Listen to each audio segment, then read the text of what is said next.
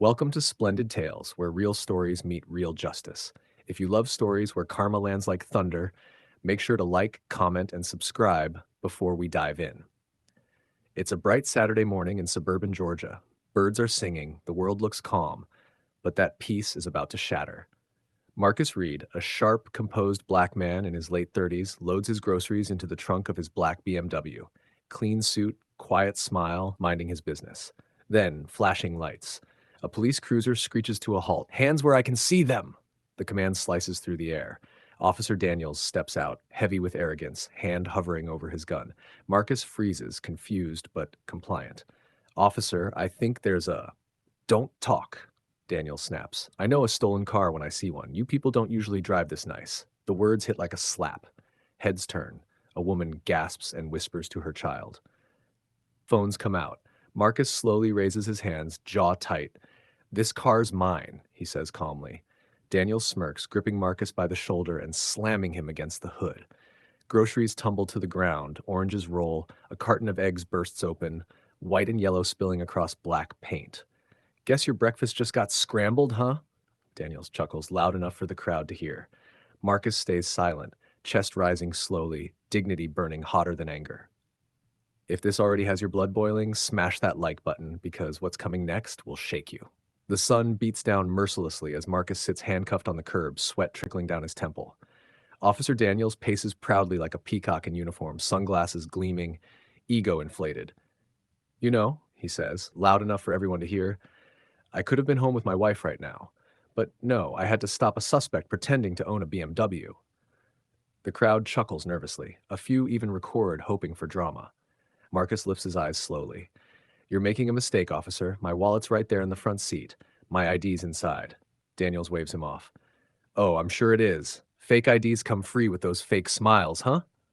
Laughter from one of the bystanders stings like salt. Marcus swallows his pride, holding it in. He's been here before. Judged first, understood never. Another police cruiser pulls up. Officer Ramirez steps out, scanning the scene. Daniels, dispatch said the suspect from the call was wearing a gray hoodie. This guy's in a suit. Daniels shrugs. Details. They always match after I'm done asking questions. Ramirez frowns, uneasy. Marcus stays still, voice steady. Please, just check the registration. It'll tell you everything you need to know. Daniels smirks. Oh, I'll check right after impound. He grabs the keys from the hood and marches toward the car. Marcus exhales, staring at the cracked eggs near his feet. Symbols of something fragile and broken. His patience or the system.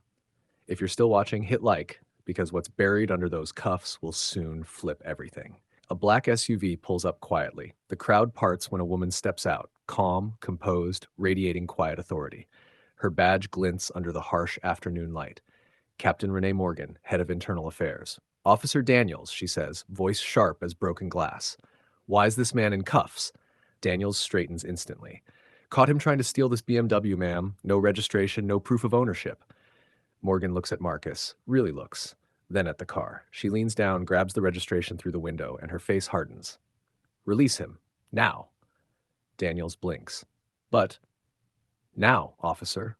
He hesitates, unclipping the cuffs as Marcus rubs his wrists, silent but composed. The air thickens as Morgan holds up the registration, reading aloud, vehicle registered to Marcus Avery, Chief Operations Officer, Metro State Bank. Gasps ripple through the bystanders. Ramirez's eyes widen. Daniel's smirk vanishes. Morgan turns to Marcus.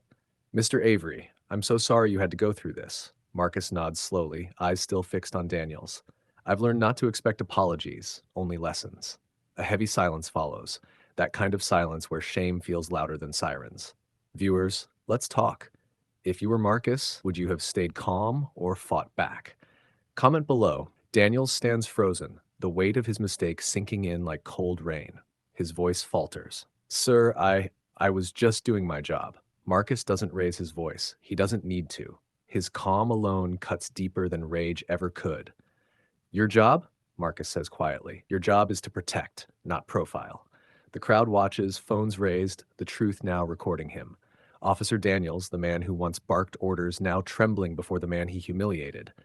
Captain Morgan turns to Daniels, her tone colder than steel. Officer Daniels, you're suspended effective immediately. Internal Affairs will be in touch. Daniels' face drains of color. Ma'am, please, it was a misunderstanding. Morgan cuts him off. No, officer, it was a choice. Marcus exhales slowly, his composure never breaking. He steps forward, looking Daniels in the eyes. You wanted to see proof, right? You just did, but not of ownership, of character.